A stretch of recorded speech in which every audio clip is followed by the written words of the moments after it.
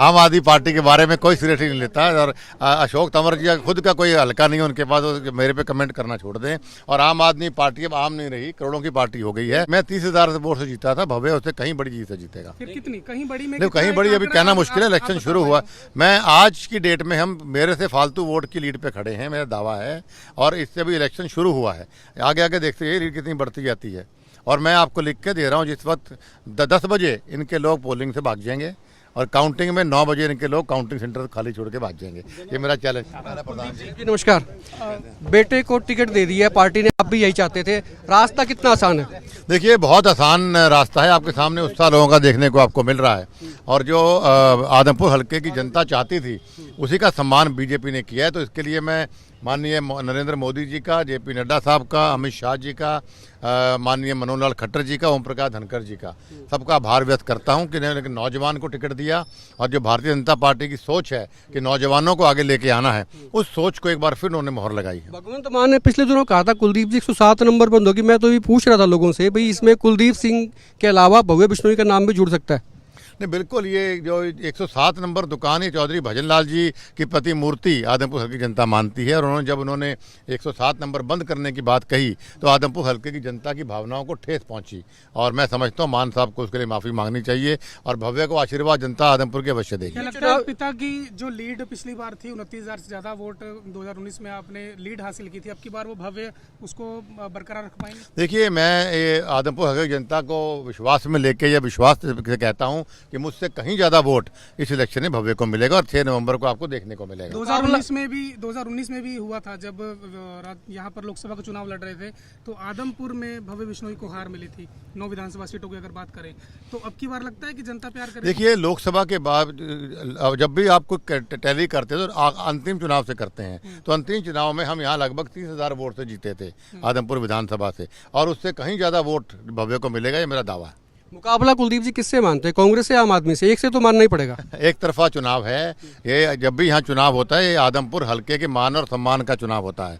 तो आदमपुर हल्का वर्सेस अलग होता अदर होता है, इस बार भी वही है। और मैं समझता हूँ डिस्टेंट सेकंड और थर्ड का मुकाबला कांग्रेस और अदर पार्टियों में। आपने बार बार कहा कि गढ़ आपका है, बजनाल का गढ़ है, आपका गढ़ है, इसको कोई नहीं तोड़ सकता, इस पे कायम है? देखिए मैंने ये बात कभी नहीं कही कि हमारा गढ़ है, हमें हमेशा ये बात कही कि आदमपुर हल्का आदमपुर का गढ़ है।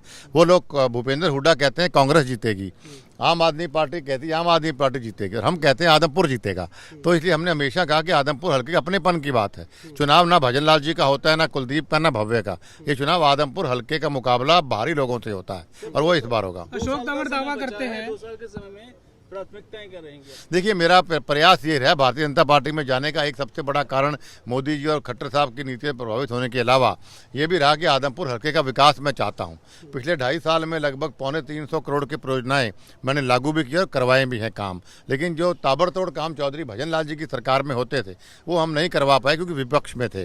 तो अभी प्रयास ये रहेगा अगले 2 साल के अंदर जो चौधरी भजन लाल जी का स्वर्णिम दौर था वो वापस लेके आए। उसके शुरुआत हो चुकी है, 530 करोड़ रुपए की योजनाएं मेरी ऑलरेडी मंजूर शुदा हैं। लेकिन हम टेंडर प्रोसेस में जाने से पहले आचार संहिता लग गई। कोई आदमी फाइल देखना चाहे मैं दिखा सकता हूँ। आज हम आदमपुर आए कुलदीप जी, तो सड़कें बड़ी खराब हैं, हालात बहुत खराब हैं। इत्तेफाक कितना रखते हैं कि वाकई हालात जो है आदमपुर के इस वक्त बद से बदतर हैं? नहीं देखिए आदमपुर के हालात बहुत बढ़िया हैं। सिर्फ आदमपुर की सड़कों की अगर आप बात कहें, क्योंकि रिवर लाइन बिछरी है यहाँ पे और बरसाती पानी निकासी का काम ऑलरेडी शुरू है और सारे आदमपुर और जवाहर नगर की पीने की पाइपलाइन हमने बदलनी है।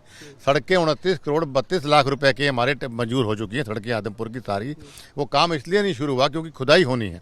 अगर आप देखेंगे 3 तरफ ऑलरेडी बरसाती पानी की निकासी के पाइप डल रहे हैं और सीवर का, इसके बाद सीवरेज का पाइप डलना है, फिर दूसरे डलने हैं। तो सड़कें आज मैं 29 करोड़ की बनवा दूं, फिर हम उसको तोड़ें, फिर दोबारा 29 करोड़ का प्रोजेक्ट देना मुश्किल है। ये सारा मंजूर है सड़कें सारी। और मैं चैलेंज करता हूं कि दिसंबर से पहले हमारे तीनों परियोजनाएं, बरसाती पानी की निकासी, सीवरेज व्यवस्था, पीने की पानी निकासी और सड़कें ऐसी होंगी कि पेट का पानी नहीं हलेगा आप लोगों का। अब की बार उम्मीदें हैं आदमपुर की जनता को, वो कहते थे कि हम हमेशा विपक्ष में रहे, अब की बार सत्ता में आएंगे तो उनके काम हो सकते हैं। बिल्कुल बहुत उनकी उम्मीदों पर खरे उतरेंगे। देखिए सबसे बड़ी उम्मीद लोगों को यही है कि पहला ये कि भाई भजनलाल परिवार का हमारा 54 साल का पारिवारिक रिश्ता है। आदमपुर से हमारा कोई राजनीतिक रिश्ता नहीं है, पारिवारिक रिश्ता है। सबसे मुझे बड़ा कारण ये रहा। दूसरा उनका कारण है कि भाई 26 साल से हम विपक्ष में रहे हैं, हमें भजनलाल जी का दौर रही है, विकास होना चाहिए। तो हम ना तो किसी पार्टी को देखेंगे ना हम कुछ और देखेंगे, हमें सिर्फ विकास देखना है कि हमें सिर्फ 2 साल खूब काम सरकार में रहे करवाने। आपने कुलदीप जी ये भी कहा कि केंद्र में आप जाना चाहते हैं, पार्टी भेजना चाहती है आपको केंद्र में, तो ये माना जाए कि अगला जो लोकसभा चुनाव है कुलदीप बिश्नोई लड़ेंगे बीजेपी का हिसार से? देखिए, वो जो पार्टी जो आदेश करेगी उसको उसकी पालना करूंगा। तो अशोक तंवर कहते आने हैं, वाली है, विश्वास कर लें। बिल्कुल सड़कों पे दौड़ेगी पूरे तरीके से। अशोक तंवर कहते हैं कि 50,000 वोट से सत्येंद्र जीतेंगे। आम आदमी पार्टी के बारे में कोई सीरियसली नहीं लेता है, और अशोक तंवर जी खुद का कोई हल्का नहीं है उनके पास, वो मेरे पे कमेंट करना छोड़ दें। और आम आदमी पार्टी अब आम नहीं रही, करोड़ों की पार्टी हो गई है, क्योंकि आम आदमी पार्टी ने करोड़पति को टिकट दे दी तो करोड़ों की पार्टी होगी, आम आदमी पार्टी रही। और सबसे बड़ी बात, आम आदमी पार्टी का हरियाणा में कोई वजूद नहीं है। एक कमेंट जेपी को लेके भी वो आप पे बड़ा अग्रेसिव रहते हैं और ये माना जा रहा है कि कांग्रेस से जेपी आ सकते हैं, तो क्या कहेंगे उनको लेके? देखिए, कांग्रेस पार्टी एक कैंडिडेट को डिसाइड करने की हिम्मत नहीं कर पा रही है, क्योंकि उनको निश्चित हार दिख रही है। तो लेकिन अगर भूपेंद्र सिंह हुड्डा को मैं फिर चैलेंज दोहराता हूं, उन्होंने कहा है कि मैंने बहुत विकास किया अपने 10 साल की सरकार में, तो क्यों ना खुद चुनाव लड़े, क्यों विलंब हो रहा है? कोई सब कैंडिडेट पीछे भाग रहे हैं कि उनको पता निश्चित हार है। तो जनता फैसला कर दे कि 10 साल की सरकार में इस आदमपुर हल्के के साथ जो शोषण उन्होंने किया उसका बदला भी जनता ले लेगी, या अगर वो कहते हैं विकास मैंने किया उसको स्टैंप लग जीत का जाएगा। मार्जिन क्या रहेगा, क्या मानते हैं? देखिए, मैं 30,000 वोट से जीता था, भव्य उससे कहीं बड़ी जीत से जीतेगा। फिर कितनी, कहीं बड़ी में नहीं, कितना कहीं है, बड़ी क्या अभी फिर कहना आप- मुश्किल है, आप इलेक्शन बता शुरू हुआ। पाएंगे? मैं आज की डेट में हम मेरे से फालतू वोट की लीड पे खड़े हैं, मेरा दावा है, और इससे अभी इलेक्शन शुरू हुआ है, आगे आगे देखते हैं लीड कितनी बढ़ती जाती है।